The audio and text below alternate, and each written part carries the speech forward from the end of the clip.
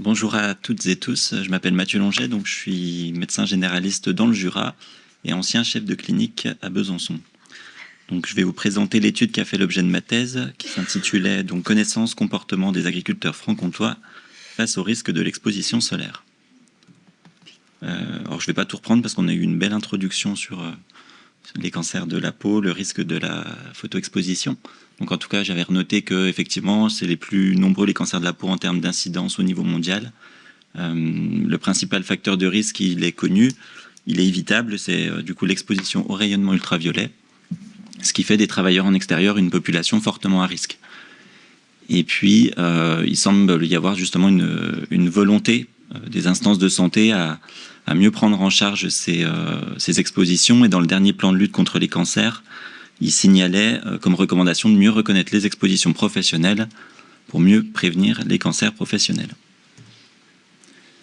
Pour faire un petit point sur ce qui se passe au niveau régional, donc en Franche-Comté, on a plusieurs acteurs qui essaient de faire de la prévention solaire, et notamment l'ASEPT, en fait c'est une branche prévention de la MSA, qui eux vont faire beaucoup de sensibilisation au grand public avec des soirées d'information, des stands de prévention solaire dans les écoles, lors de rassemblements professionnels ou sur des événements sportifs.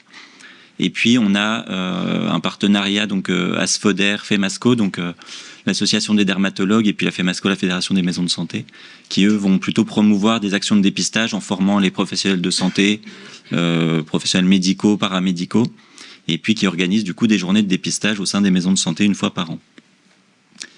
Donc en partant de là, la MSA avait cette volonté d'améliorer ses campagnes de prévention solaire chez les agriculteurs du territoire, et donc on a choisi de faire un travail collaboratif, un premier état des lieux de leur connaissance comportement. Donc au niveau de notre méthodo, l'objectif principal, c'était la description des connaissances, du comportement des agriculteurs face au risque de l'exposition solaire.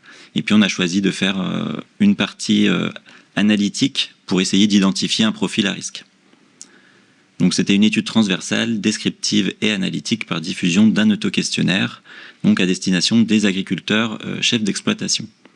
Et donc on a pu envoyer un peu plus de 10 000 questionnaires en septembre 2021, ça remonte un petit peu, mais donc après 1 mois et demi de recueil, on est arrivé à 2367 questionnaires analysables.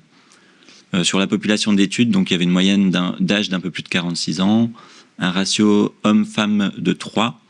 On a eu différentes filières professionnelles, il y avait vraiment une grosse majorité d'éleveurs d'animaux, et puis les autres filières étaient beaucoup moins représentées, c'est plutôt 1 à 3% dans les autres filières, à peu près des échantillons de, on va dire, 40 à 70 personnes, que ça soit par exemple les viticulteurs, le maraîchage, paysagistes, bûcherons. Donc voilà. Et puis en ce qui concerne leurs facteurs de risque, donc un peu comme tout à l'heure, le phototype le plus retrouvé était le phototype 4, 55% qui estiment être phototype 4, et par contre phototype à risque, donc phototype 1, phototype 2, ça représentait 11%. On a seulement 1% des agriculteurs qui signalent avoir un antécédent de cancer de la peau, et puis par contre 87,5% ont déjà eu des coups de soleil dans l'enfance. Pour évaluer leur exposition solaire, on est parti en fait d'une évaluation du temps estimé passé en extérieur. Donc la grosse majorité, 80%, passent plus de 4 heures par jour au travail en extérieur. Et puis parmi eux, 35% passent plus de 8 heures par jour du coup en extérieur. Et puis ça, donc pour pareil, 72%, donc une bonne partie passe en fait 6 à 7 jours par semaine au travail. 92% sont exposés aux heures les plus dangereuses, entre 11h et 16h. Et puis 90% du coup ont déjà subi des coups de soleil au travail, et 33% en subissent plusieurs fois par an. Au niveau comportement, donc si on leur pose la question un petit peu des moyens de protection utilisés, donc on s'intéressait aux protections vestimentaires et puis à l'utilisation de la crème solaire. Donc c'est un peu plus de la moitié, 56% qui n'en utilisent jamais. Et puis dans la partie qui reste, ça va être plutôt le chapeau-casquette qui est priorisé. Et puis après c'était lunettes de soleil, crème solaire, et en dernier les vêtements longs.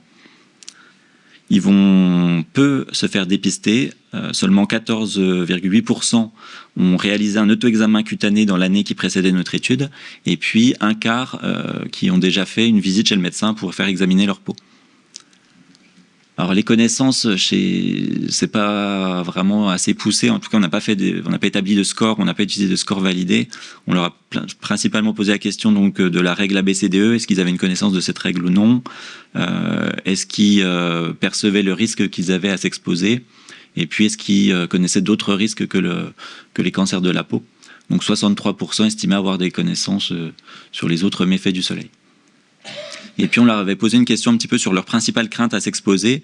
Et finalement, chez eux, c'est plutôt les choses, en tout cas, qui sont symptomatiques, qu'ils peuvent ressentir. Donc c'est le coup de soleil, la déshydratation. Et le cancer de la peau, ça vient après. Par rapport aux analyses du coup comparatives, par rapport aux différences selon le sexe, on retrouve un lien significatif. Donc chez les femmes avec plus de facteurs de risque, elles vont avoir plus de coups de soleil au travail.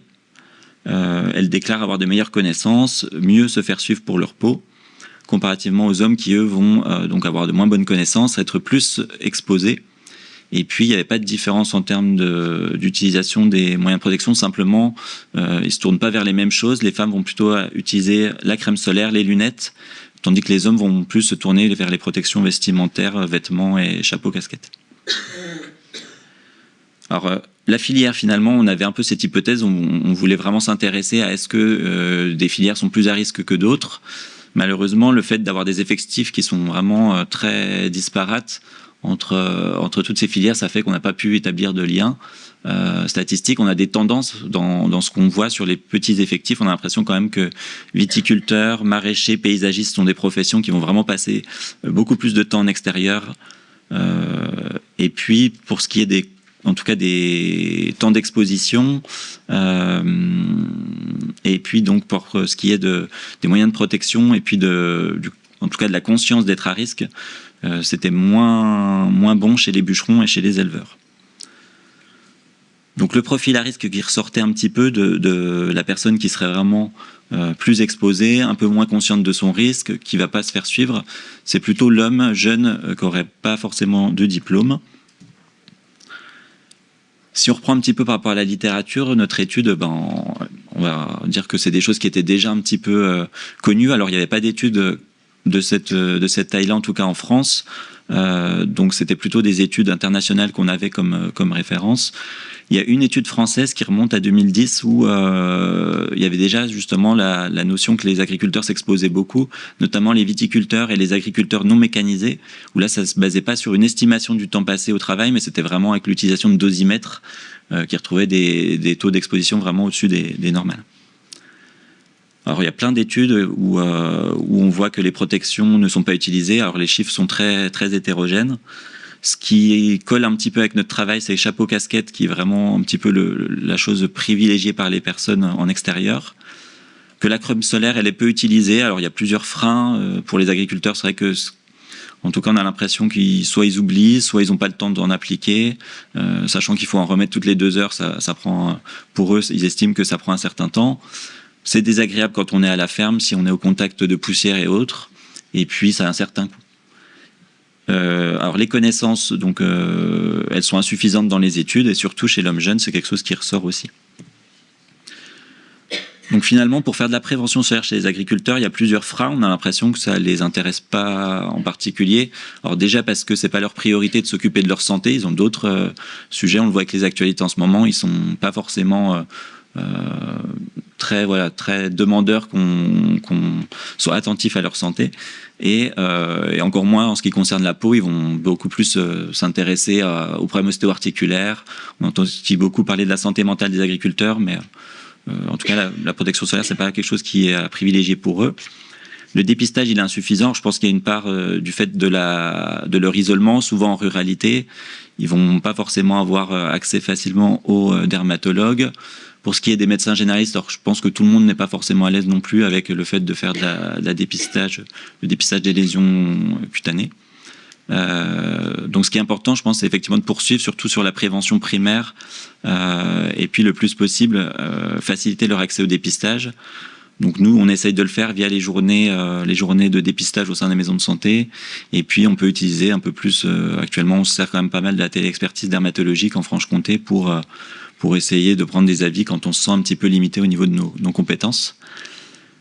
Alors c'est une question que je soulève après, maladie professionnelle, pas maladie professionnelle, en tout cas c'est un choix qu'ils ont fait par exemple en Allemagne, de maintenant déclarer toutes les cancers, même non mélanocytaires et même les kératoses actiniques, comme une maladie professionnelle. Donc ça permet une certaine reconnaissance. Donc en conclusion, les moyens de protection ils sont utilisés vraiment de façon occasionnelle. La connaissance des risques elle est insuffisante alors qu'ils ont vraiment une forte exposition. Et donc il y a vraiment une nécessité, je pense, d'améliorer la prévention chez ces filières professionnelles qui sont à risque, de rendre leur dépistage plus accessible. Donc un petit clin d'œil au Jura. Et puis je vous remercie pour votre attention.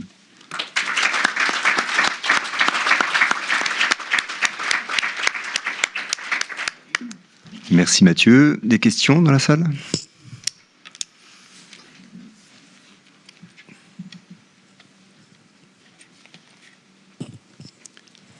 Merci beaucoup pour la présentation, Paul de Brest. Je pense en effet que promouvoir des actions de prévention avec la crème solaire, etc., c'est très intéressant. Sur la partie dépistage, le comité scientifique du CNGE a émis un avis remettant en cause le dépistage systématique annuel de l'examen dermatologique. Qu'est-ce que vous en pensez ?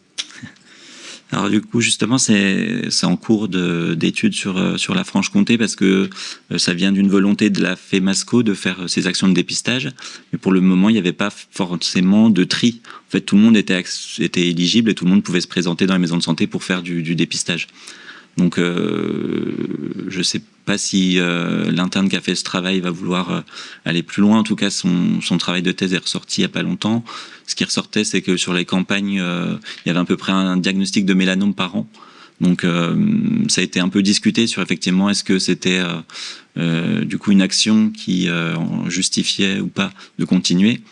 Le côté un petit peu qui pose question, c'est justement qu'il y a quand même beaucoup de personnes qui ne sont pas forcément à risque, en tout cas c'est ce qu'on suppose, et du coup on est en train de faire un deuxième travail là-dessus, sur est-ce que les personnes qu'on voit lors de ces journées de dépistage c'est une population à risque, pas à risque.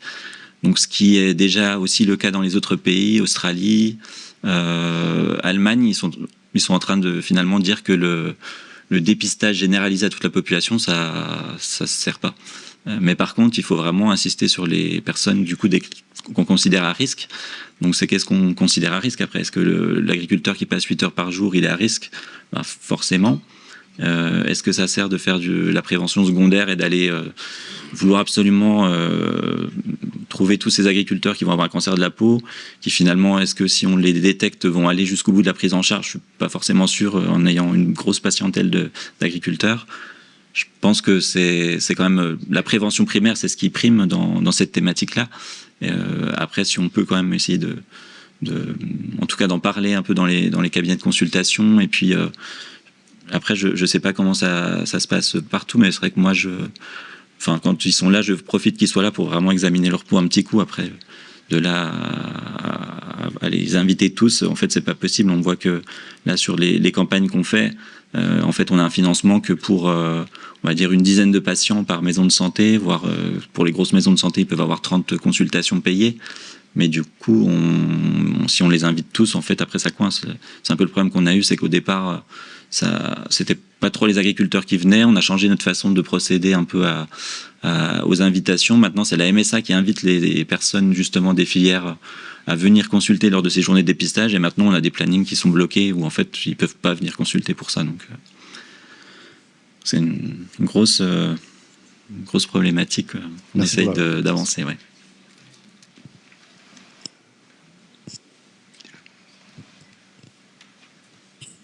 Bonjour, merci. Est-ce que du coup, avec ce travail, vous avez décidé de faire une plaquette de présentation pour les agriculteurs par mail ou une formation dans les lycées professionnels ? Alors, c'était évoqué pour la formation du coup dans les écoles. C'est pour le moment, c'est un peu au point mort. Pour le moment, la seule chose qu'on a fait du coup, c'est on a fait restitution des résultats lors d'une soirée dans le Jura. Et puis on a fait plusieurs, plutôt articles dans des revues agricoles, donc plutôt diffusion par ce biais-là, et puis une publication aussi sur la page de la MSA, mais pour le moment, il n'y a pas eu encore de programme justement d'éducation développé pour leur formation professionnelle.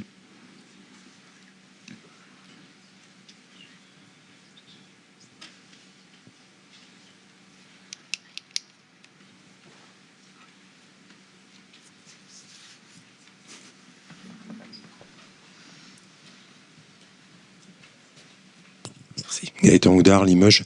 Je me posais la question des préventions. On essaie toujours d'aller en amont, en fait, pour prévenir. Et on a vu finalement que les jeunes étaient très très peu sensibilisés à cette prévention. Est-ce que dans les lycées agricoles, dans ce genre de structure, effectivement, il y a des informations qui diffusent? Est-ce que... bon, voilà. Donc moi, après... Je connais pas forcément la formation qu'il dispose, mais pour avoir échangé du coup avec le médecin du travail de la MSA, lui, a priori, c'est quelque chose qu'ils abordent quasiment pas, non. Ils ont notion quand même en tout cas dans la petite partie où, alors c'est pas vraiment un score de connaissances qu'on leur diffusait, mais en fait ils savent qu'effectivement il y a le risque de cancer de la peau, ils connaissent un petit peu le risque ophtalmologique aussi lié à l'exposition solaire. Mais c'est quand même, ça a l'air d'être vraiment une petite partie de ces gens. Bonjour, Marie Rodier de Lyon. Merci. Je fais pas mal de dermatoscopie, donc c'est un sujet qui me touche. Je me posais la question pratique de comment on fait pour inciter la MSA ou la Sécu à reconnaître maladie professionnelle. Est-ce qu'il faut qu'on déclare quand même, pour que ça passe par des commissions de recours et que peut-être si on en déclare beaucoup, ils finissent par le mettre dans la liste. Et mon autre question, c'est quand même souvent des professions indépendantes. Le risque ATMP dans ces populations, est-ce que c'est vraiment couvert?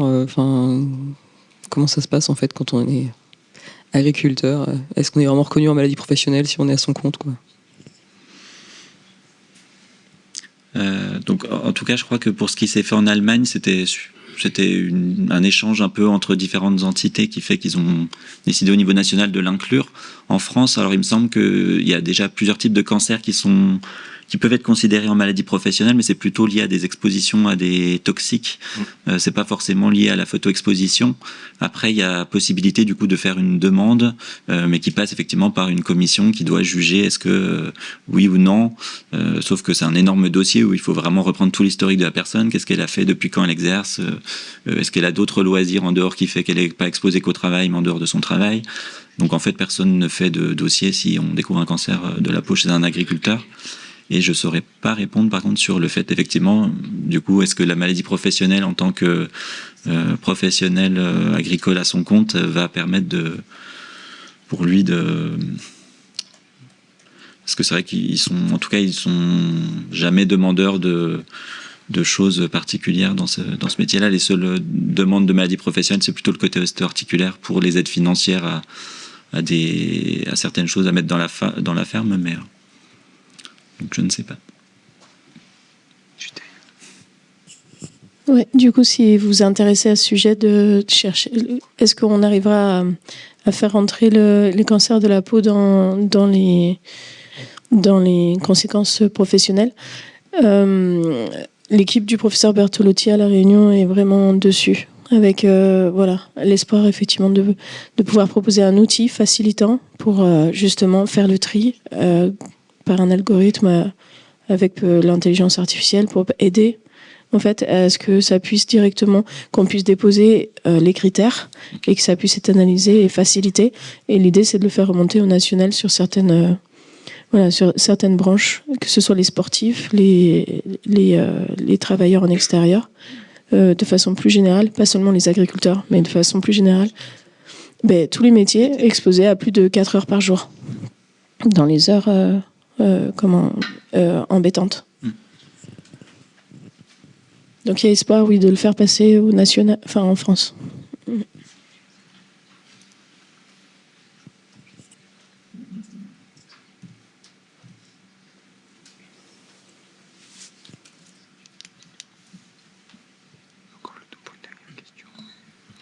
Une dernière question peut-être? C'est de savoir, est-ce que tu continues à faire des travaux de thèse là-dessus ou pas? Du coup, là, on est en train de mener du coup la thèse par rapport au dépistage. Par rapport aux agriculteurs, en tout cas, dès que j'ai un thésard qui est un peu dans la recherche justement d'une thématique, je lui en parle, que j'aimerais poursuivre sur ce sujet-là.